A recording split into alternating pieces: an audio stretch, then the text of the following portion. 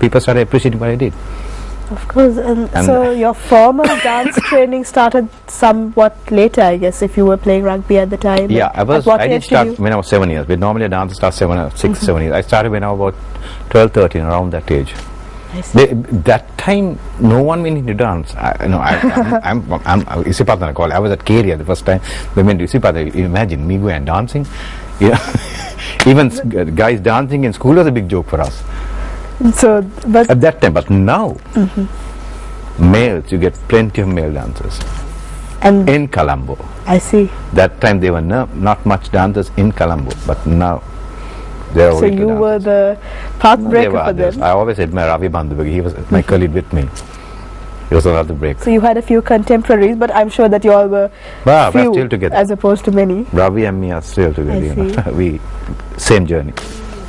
So that's really great that you have people who have shared that journey with you. Yeah. But who have been your gurus in this journey that you've taken? Who have you really looked up to? Dr. Chitra Sena is the guru. Then comes Srimat Vajiranti, Dr. Chitra's wife. She's the one who taught me to dance. But the philosophy came from Chitra Sena. It's an uncle. There's philosophy in the dance, but the technique was given to me. It's a pure technique what I got from there. I see. So no shortcuts was given to me, pure. And the philosophy came from there. Then I have to mention Dr. Panibar. That's where the roots of tradition of the slokas, how we call the patterns of the vocal patterns, how it came out, and all the chants, everything came from here. That's how the spiritual power came from there. I see. So if you talk about our academy, it's a Channapuli Performing Arts Foundation. The Channapuli Performing Arts Foundation is a gel between the Chitrasena Kalayatani and the Panibharata Kalayatani. It's linked together. And you have your own style. We have our own style, and the style, there's a link between both. But when you started, so what was the support like from your parents and your family? How did they come into play? Well, my family, they're very artistic. My father was in the foreign ministry, and he used to dance. We don't come from the dance family, but he was very fond of dance. Even he played the character of Pushkar in Nala Damayanti. Oh, I see. With Dr. Chitra Sen playing Nala. So he was into dance, so that's how they knew each other. And it's very artistic. He's very good in drums. Tabla, he's very good. He was good. I still remember him playing tabla in all small days.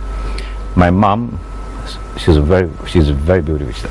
You know, I should say this, but if you see the photograph, she's a very beautiful lady. We're very proud to be around her. Any child says this, but I have to say this because you see if there are some photographs, you see it. We will see some photographs of your very family artistic later on, of course. So they had a very artistic family. The thoughts, the feel, the people we met, our father's friends, Dr. Amardeva, Sunil Shanta, the singer Sunil Shanta, a lot of people around him. So we were moving around with artists always. All right. So that background was also there. I'm sure that influenced you to start out. And in you open an album, there are photographs of Shuri Shankar Molligoda and different people there. So there's a lot of things. I was always in the art. And my sister was in the Chitrasena Kalayatani, and she was dancing there. So all these came in. So I was always brought up in a very artistic family. All right. So what we're going to do is go for a very short commercial break now. It's been lovely speaking so far, and we have so much more to discuss about what Sir has been doing these few days as well as his future plans. So this is going to be a great discussion, and it's going to be a great morning for you. So do stay with us here on Good Morning Sri Lanka.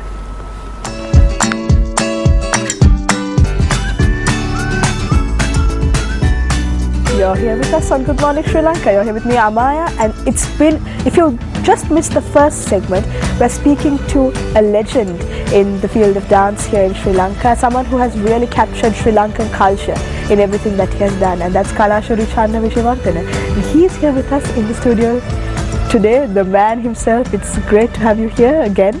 Thank you. And we've spoken so far about your childhood and how you started up, but going from a dancer to a choreographer, when did you decide to make that transition and decide to become a teacher and someone who is influencing others? Well, I think a choreographer is someone, you should be a frontline dancer in one of the main companies. A frontline dancer is a dancer which the other dancers follow. So that means this dancer should be correct. That's why I say frontline dancer. But you don't have a bad dance in the front line, because all the dancers behind is going to follow that. Automatically you follow it. So it's a front line. That's why I use the word frontline dancer. Then you have to be a good teacher. Without being a good teacher, you can't see the faults. When you teach students, you find your own faults and you can correct yourself. Then you can choreograph. And to be a choreographer, you should know there's a lot of things you should be able to paint. You should be able to draw and paint image. Whatever image comes to your mind, you should be able to put into paper. You should know what color energy is. Without knowing the energy of every color, you cannot choreograph, because color, energy, theater is energy. Choreography is distributing energy to the audience. Then you should know your fundamentals. Okay. You should know your traditions, and you should bring out performing arts. It's like a person sending a kite. The guy who's sending the kite, if he is the tradition and the kite is a performer, performing art is a string. The stronger you are, the string, it goes higher. If there is no man holding it, if there is no tradition holding the string, the kite is gone. The kite will go. But if tradition has to be, you have to hold the tradition. In the same time, a choreographer should never be a prisoner to the tradition. I hope you got what I mean. Never be a prisoner to the tradition. You cannot choreograph if you are prisoner to the tradition. You can't create your own movements. You can't create things. Never prisoner to any technique. You should be free. But if you have the traditional background, whatever comes from you is your own style. Speaking about your own style, now you've been very popular these past few, I should say last year, for playing a very special character in the Mahasamayama. Oh. And you were Ishvara. So tell us about choreographing yourself and how you brought out that particular character through all the movements that you... It was Professor Ariratna Athugala's production. It was more or less a dance opera. And I'm happy to say it was not only me who choreographed, Ravi Bandhu was choreographed. For the first time, Ravi and me, we both choreographed. He had a different segment, I had a different segment. So was that the first time you had collaborated? As choreographers. As choreographers. But as performers, we have been there. Of course. Even we both performed. And I played Shiva. Ishvara was connected with the cosmic energy, the universe, the energy there. And I had to take all techniques out of me, and I had to get literal movements into me, because Shiva is the destructor as well as the inventor as well as this. I have played Shiva and Shivaranga, but this is an opera, and this style is different. There is no dance movements, there is very operatic movements. I see. So you have to adapt yourself again. You have to take. You should be clever enough to put out everything of your side and just be on one. It's the way I teach also, because when I teach always, when I dance, I always visualize myself seated in the audience watching me. I can do that. I sit in the audience and watch me dancing, and then I see my faults. Then when I sat in the audience and watched me dancing, playing Shiva, Ishvara, it was all wrong. I was doing dance moves, then took off all the dance moves, and then of course Professor helped me a lot. Professor Athugala helped me a lot, because he said, you're dancing, take it off. And then it was just strong, powerful movement. There was no dance, it was just large movement and the singing. But I can't sing, so I had another voice into it. I see. Ravi sang, he's a very good singer, but not me, because there was Jackson, Anthony, Indika Upamanu. Imagine me singing with them. I'm sure that you can hold a note. I see.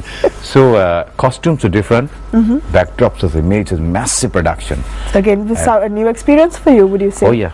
Yeah, and our troupe was performing, then the Army, Navy, Police, Army, Navy, the Air Force, they were performing, the dancers. I see. And we had to train them as well. And so we're going to try and dig up some photographs of you from your early days as well as the work you have done. But while we go to that, let's speak about dance as a spiritual experience for you.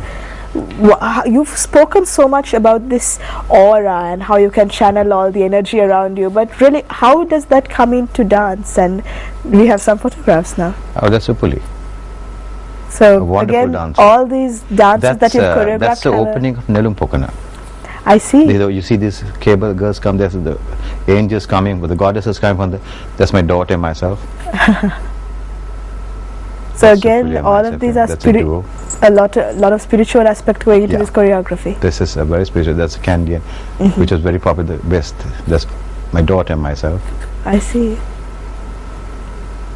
So you dance a lot with your daughter as well? Oh yeah, definitely. It's nice to be with your daughter on stage. That's Janana Parakara Shamita with Aseka. This is a Bharatanatyam technique we do. When we go overseas, we always do something Indian. We do something. You try to adapt to the culture of that country as well? Because we have a Tamil culture, so we have to show it. Of course, of course. You can't ignore it. This is a folk tradition we do it. That's Vindhya, prima dance of our company. That's his Prince Charles. This is where he asked what's happening. I told you. Oh, That's yes. the shot.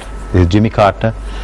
He wanted to know where India was. I said, we are not Indian, we are Sri Lanka, very much Sri Lankan. That's the one we did at Sydney Opera behind. The first This was Sri a Lankan surprise troupe to Upuli gave perform. me. He made 50 dancers dance when I turned 50. That's Gascon against Sydney Opera.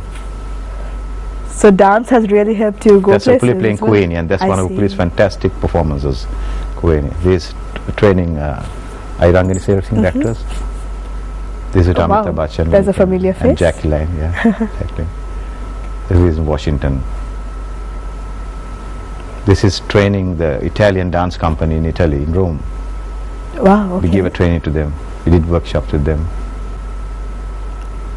East meets West, Yeah. right there. They were good, they were very good. I give some different techniques also.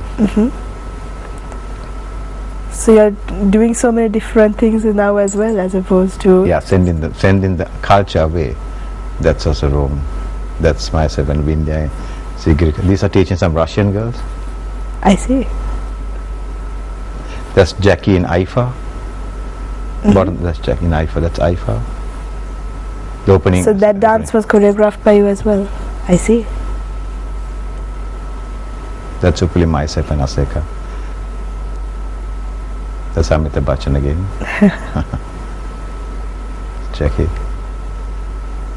So shows like this, IFA, and so many shows that you have. ICC, Haifa.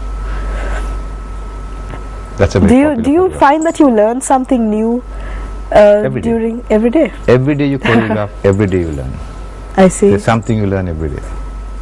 So learning is a never-ending process for you. No. It goes on. If you think you're finished learning, you're finished. It's beautiful. Learning things, you're inventing things. That's training Jackie there.